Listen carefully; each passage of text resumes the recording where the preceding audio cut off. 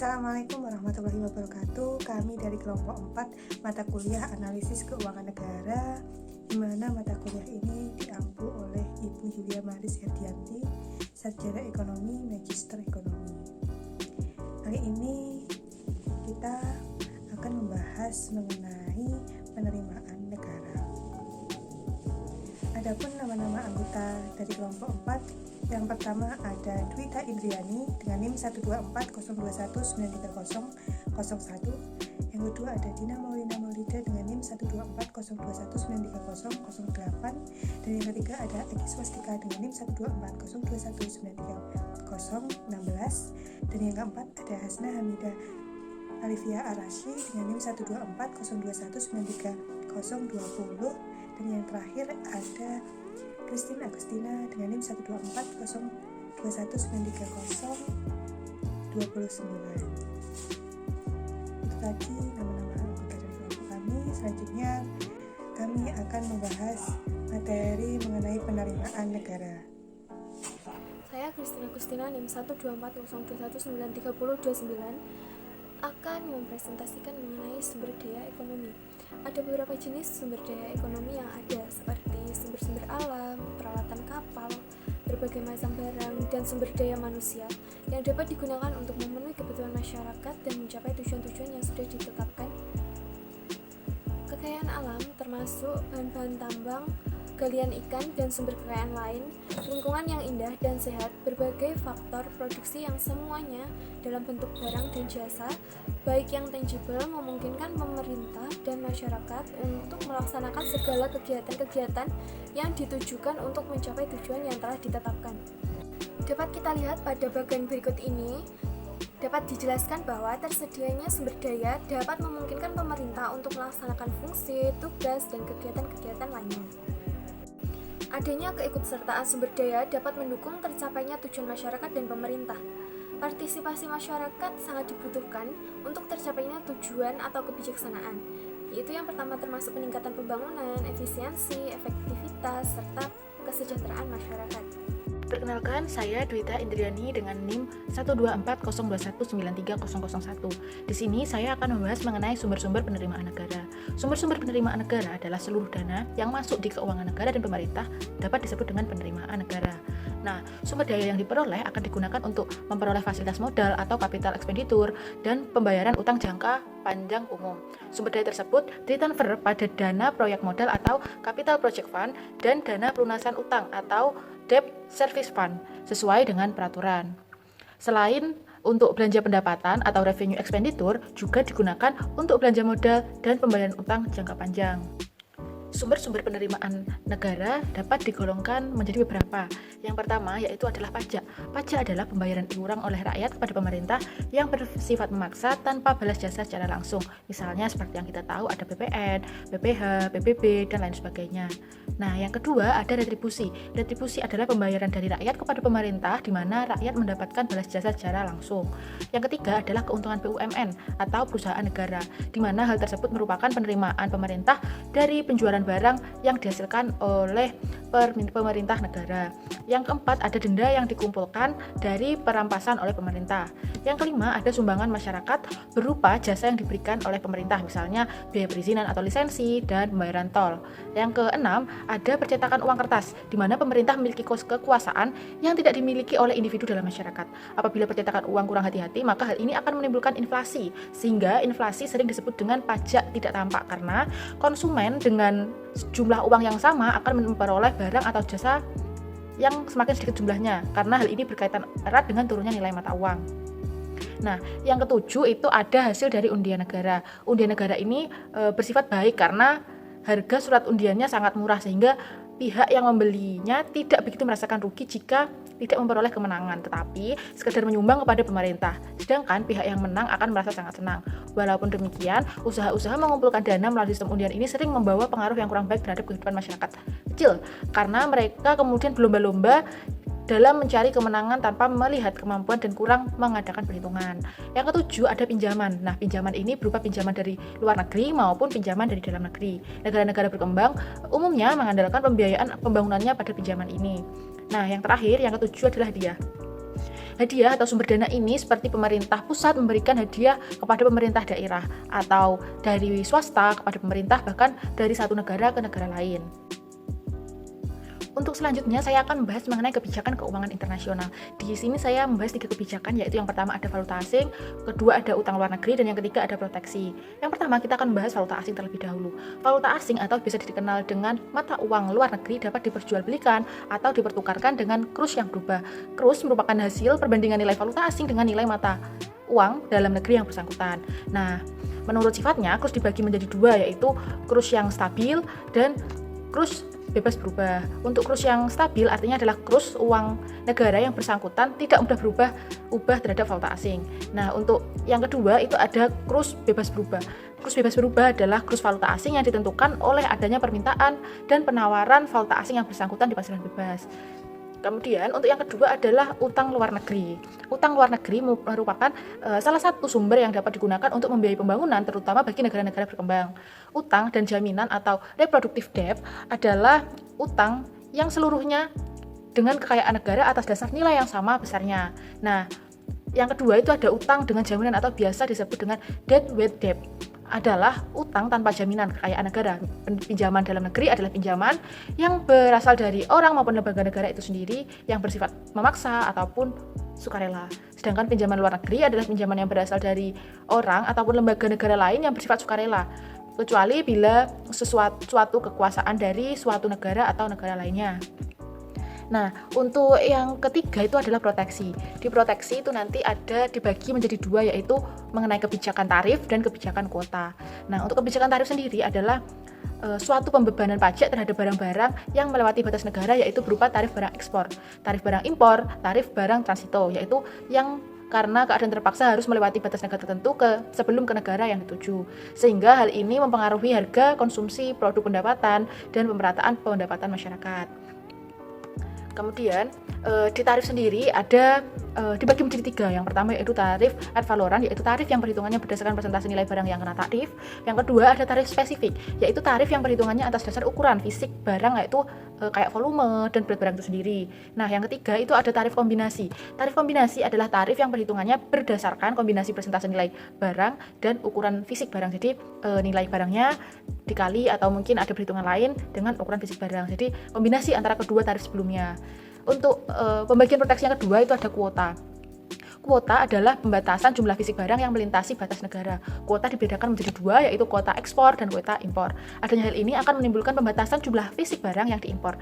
Harga akan menjadi lebih tinggi sehingga menimbulkan keuntungan sepihak karena adanya monopoli. Adapun pihak-pihak yang menikmati monopoli tergantung pada yang pertama. Jika importir tersebut memiliki lisensi impor, maka ia akan memegang monopoli impor sehingga mengakibatkan keuntungan monopoli akan jatuh seluruhnya kepada importir yang bersangkutan.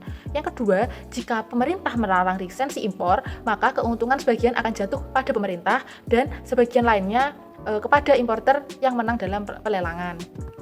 Selain membatasi jatah barang impor berdasarkan kepentingan, pemerintah juga membatasi jatah barang yang boleh diekspor. Tujuannya antara lain, yang pertama adalah menjamin tetap tersedianya barang atau bahan tersebut di dalam negeri sehingga kelangsungan produksi di dalam negeri terjamin. Nah, yang kedua, dalam keadaan perang dikhawatirkan banyak bahan-bahan strategis secara tidak langsung akan jatuh ke tangan musuh sehingga perlu pelarangan atau pembatasan ekspor. Yang ketiga adalah strategi tindakan pembalasan terhadap kuota ekspor barang tertentu di negara lain terhadap negara kita. Saya Dina Maulina Maulida dengan NIM 12402193008 akan memaparkan materi mengenai sistem perpajakan dan politik pajak. Pajak adalah kontribusi wajib kepada negara yang terutang oleh pribadi atau badan yang bersifat memaksa yang diatur oleh undang-undang, di mana pajak ini memberikan imbalan secara tidak langsung dan pajak digunakan untuk keperluan negara untuk memakmurkan rakyatnya. Selanjutnya kita akan membahas mengenai reformasi pajak pada tahun 1984 yang dilakukan oleh Presiden Soeharto. Sejak itulah pajak menganut sistem self-assessment di mana wajib pajak diberi kepercayaan untuk mendaftarkan diri, menghitung utang pajak, melaporkan hasil perhitungannya ke kantor pelayanan pajak. Sedangkan aparat pajak hanya bertugas untuk mengawasi, melakukan pelayanan dan penyuluhan kepada wajib pajak. dalam pengenaan pajak ada yang disebut wajib pajak. Wajib pajak sendiri ada dua, yaitu orang pribadi dan badan. Orang pribadi di sini adalah mereka yang mempunyai penghasilan di atas penghasilan tidak kena pajak. Besarannya yang pertama untuk orang pribadi sendiri 54 juta. Yang kedua untuk yang sudah kawin sebesar 4.500.000. Yang ketiga untuk seorang istri yang penghasilannya digabung dengan suami sebesar 54 juta. Yang terakhir tambahan untuk setiap anggota sedarah atau semenda dalam garis keturunan serta anak angkat yang menjadi tanggungan sepenuhnya. Paling banyak 3 orang setiap keluarga dengan besaran 4.500.000. Sedangkan badan adalah sekumpulan orang atau modal yang melakukan usaha atau tidak melakukan usaha di wilayah Negara Kesatuan Republik Indonesia. Selanjutnya dalam pelaporan pajak memerlukan surat pemberitahuan. Surat pemberitahuan ini biasa disebut SPT ya teman-teman. SPT atau surat pemberitahuan adalah surat yang digunakan untuk melaporkan perhitungan atau pembayaran pajak, melaporkan objek pajak atau bukan objek pajak, dan melaporkan harta dan kewajiban. Surat pemberitahuan ini ada dua. Yang pertama surat pemberitahuan masa dan surat pemberitahuan tahunan. Surat pemberitahuan masa adalah surat pemberitahuan masa pajak dalam bulanan. Yang kedua surat pemberitahuan tahunan. Surat pemberitahuan 1 tahun dalam pajak. SPT ini harus diisi dengan benar, jelas, lengkap dan ditandatangani oleh wajib pajak. Surat pemberitahuan ini dapat diambil di kantor pelayanan pajak atau KP2, di kantor penyuluhan dan pengamatan potensi pajak atau KP4, di kantor pelayanan penyuluhan dan konsultasi perpajakan atau KP2KP, dan yang terakhir bisa di-download melalui website Direktorat Jenderal Pajak dalam www.pajak.go.id. Dalam pengambilan SPT ini, wajib pajak akan mendapatkan nomor pokok wajib pajak. Nomor pokok wajib pajak ini digunakan untuk pengenal diri saat wajib pajak membayarkan pajaknya kepada Direktorat Jenderal Pajak. Uang pajak ini dapat digunakan untuk pembayaran gaji pegawai dan pembiayaan berbagai proyek pembangunan, dan dapat digunakan untuk pembangunan sarana umum seperti jalan, puskesmas, dan lain-lain, dan dapat digunakan sebagai pembiayaan lainnya yang dapat memberikan rasa aman bagi seluruh lapisan masyarakat. Selanjutnya saya akan membahas mengenai struktur pajak. Struktur pajak di sini ada 3, yaitu yang pertama progresif, yang kedua proporsional, yang ketiga regresif. Pertama saya akan membahas struktur pajak progresif, di mana pajak progresif itu dikenakan mempunyai persentase semakin tinggi dan akan diikuti pembayaran pajak dengan persentase lebih besar. Adapun contohnya kalian bisa menyimak di gambar yang saya tayangkan. Contoh, jumlah penghasilan 1.000 US dollar, pajak yang akan dikenakan jumlahnya 100 US dollar.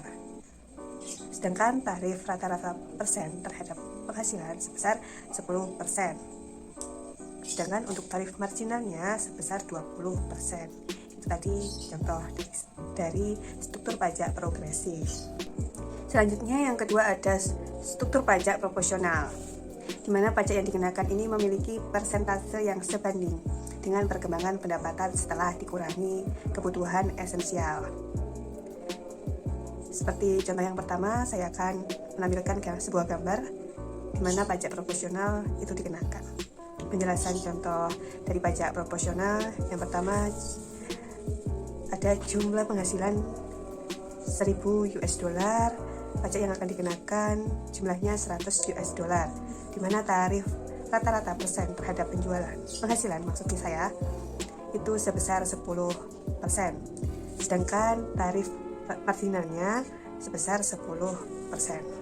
Jadi pajak proporsional ini tarif pajak rata-rata sama dengan atau sebanding dengan tarif pajak marginal. Selanjutnya saya akan membahas mengenai struktur pajak regresif, di mana pajak yang digunakan ini kurang sebanding dengan perkembangan kemampuan membayar pajak.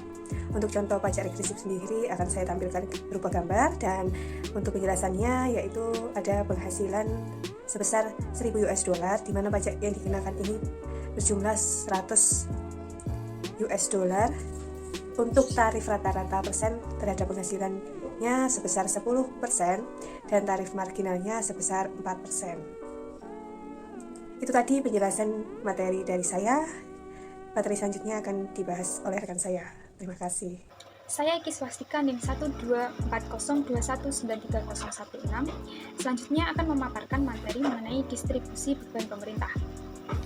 Sebagai alat anggaran atau budgetary, pajak digunakan sebagai alat untuk mengumpulkan dana guna membiayai kegiatan-kegiatan pemerintah, terutama kegiatan-kegiatan yang berbau rutin.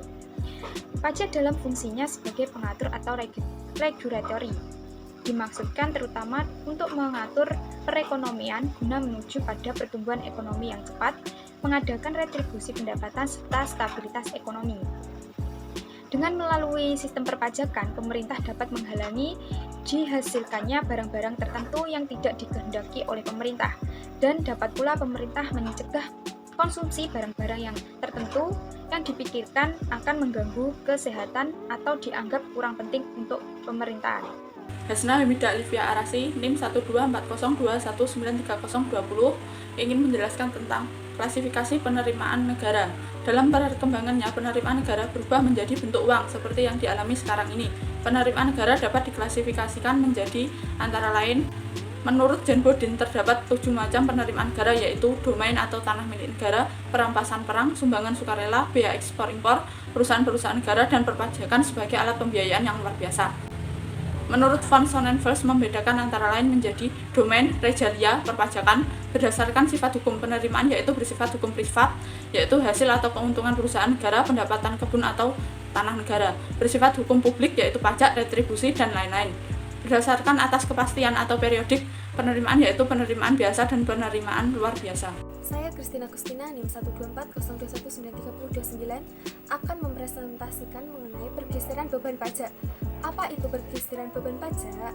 Pergeseran beban pajak itu dapat terjadi ketika seorang wajib pajak yang membayarkan pajak, akan tetapi pajak yang dibayarkan bukan merupakan beban yang ditanggung oleh wajib pajak, melainkan pihak lain yang menjadi pemikul beban pajak itu. Dengan kata lain, wajib pajak menggeserkan sebagian atau seluruh beban pajak kepada orang lain.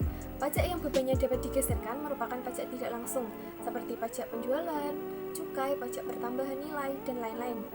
Ada beberapa contoh pergeseran beban pajak. Misalnya, dikumpulkan oleh produsen atau pabrik rokok, tetapi yang memikul beban pembayaran cukai adalah konsumen rokok. Cara pergeseran beban pajak tersebut dengan menaikkan harga rokok yang terkena pajak atau cukai. Di sini dapat dikatakan ada pergeseran beban pajak ke depan atau forward shifting jika produsen tidak dapat atau tidak berhasil dalam menaikkan harga rokok setelah pengenaan cukai. Produsen dapat menggeser beban pajak ke belakang, yaitu dengan menekan harga pembelian inputnya dalam hal tembakau dari penjualan tembakau atau petani. Pergeseran beban pajak bersifat lunak, yang berarti tidak ada sanksi hukumnya dan banyak orang tidak mempersoalkan hal tersebut.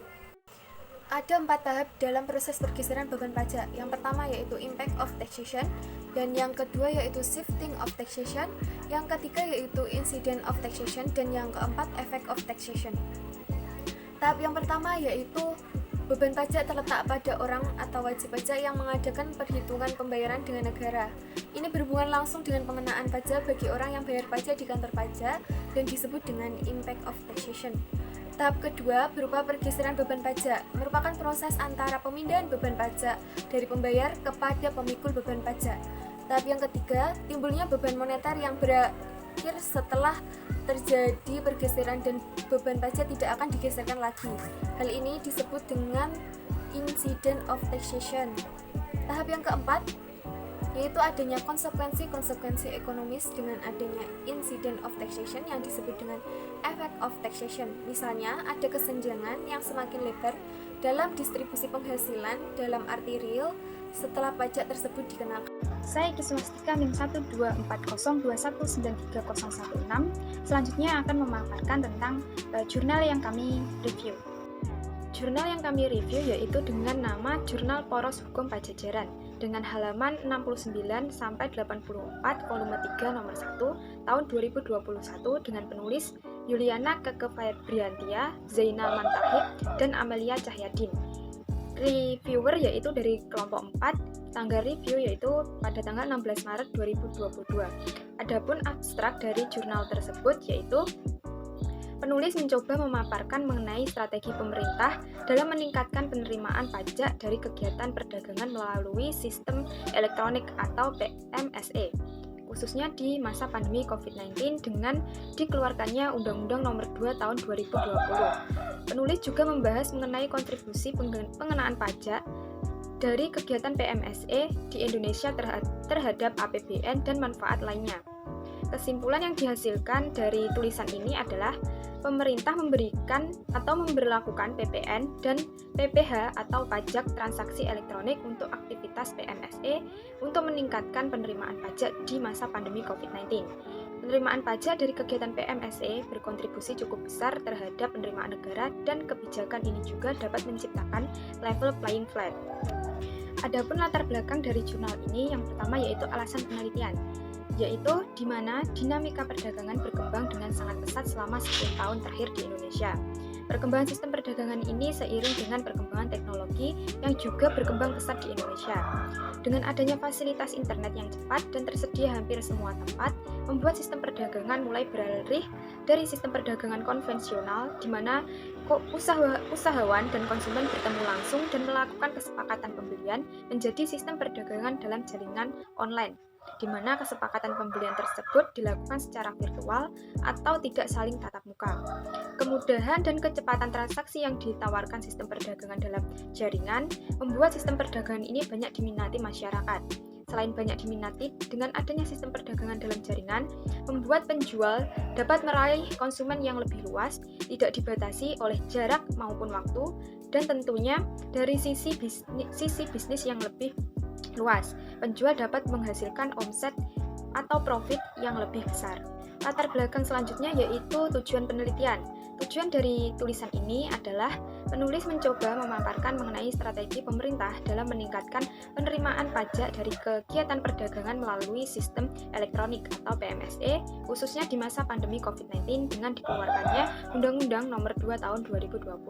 Latar belakang selanjutnya yaitu teori dan hasil penelitian sebelumnya, yaitu peningkatan perdagangan melalui sistem elektronik atau PMSE, khususnya selama pandemi COVID-19, dan kemajuan teknologi perlu dipelajari lebih lanjut mengenai strategi pemerintah dalam meningkatkan penerimaan pajak dari kegiatan PMSE. Selanjutnya yaitu ada metode dari penelitian jurnal ini. Yang pertama, objek penelitian yaitu peraturan pemerintah. Yang kedua, teknik pengumpulan data, yaitu pengumpulan data dengan cara meneliti bahan pustaka atau data sekunder terhadap asas-asas hukum serta studi kasus yang dengan kata lain sering disebut dengan penelitian hukum kepustakaan. Yang ketiga, metode analisis data, yaitu metode pendekatan yang digunakan dalam penelitian ini adalah pendekatan yuridis normatif dengan menganalisis peraturan perundang-undangan yang mengatur hal-hal yang berkaitan perdagangan melalui sistem elektronik. Adapun hasil dari penelitian yaitu peneliti dapat menganalisis peraturan perundang-undangan yang mengatur strategi pemerintah dalam meningkatkan pajak dari kegiatan perdagangan melalui sistem elektronik yang membahas mengenai gambaran umum PMSE serta peraturan pengenaan pajak baik PPN maupun PPH serta kontribusi dan manfaat pengenaan pajak dari kegiatan PMSE di Indonesia. Kesimpulan dari jurnal ini yaitu di mana aturan terkait pajak untuk kegiatan PMSE dengan Perpu Nomor 1 Tahun 2020 dan Undang-Undang Nomor 2 Tahun 2020, strategi yang dilakukan pemerintah dalam meningkatkan penerimaan pajak dari PMSE adalah dipungutnya PPN atas pemanfaatan BKP tidak terwujud atau JKP dari luar daerah Bapean di dalam daerah Bapean melalui PMSE dan dipungutnya PPH atau PTE atas kegiatan PMSE yang dilakukan oleh subjek pajak luar negeri yang memenuhi kriteria tertentu. Dalam implementasinya, hingga November tahun 2020, pajak yang dipungut hanyalah PPN dan sudah ada 36 SPLN yang ditunjukkan sebagai pemungut PPN. pengenaan PPh atau PTE dalam kegiatan PMSE masih menjadi perdebatan internasional dan belum mendapatkan kesepakatan global sehingga belum dapat diimplementasikan.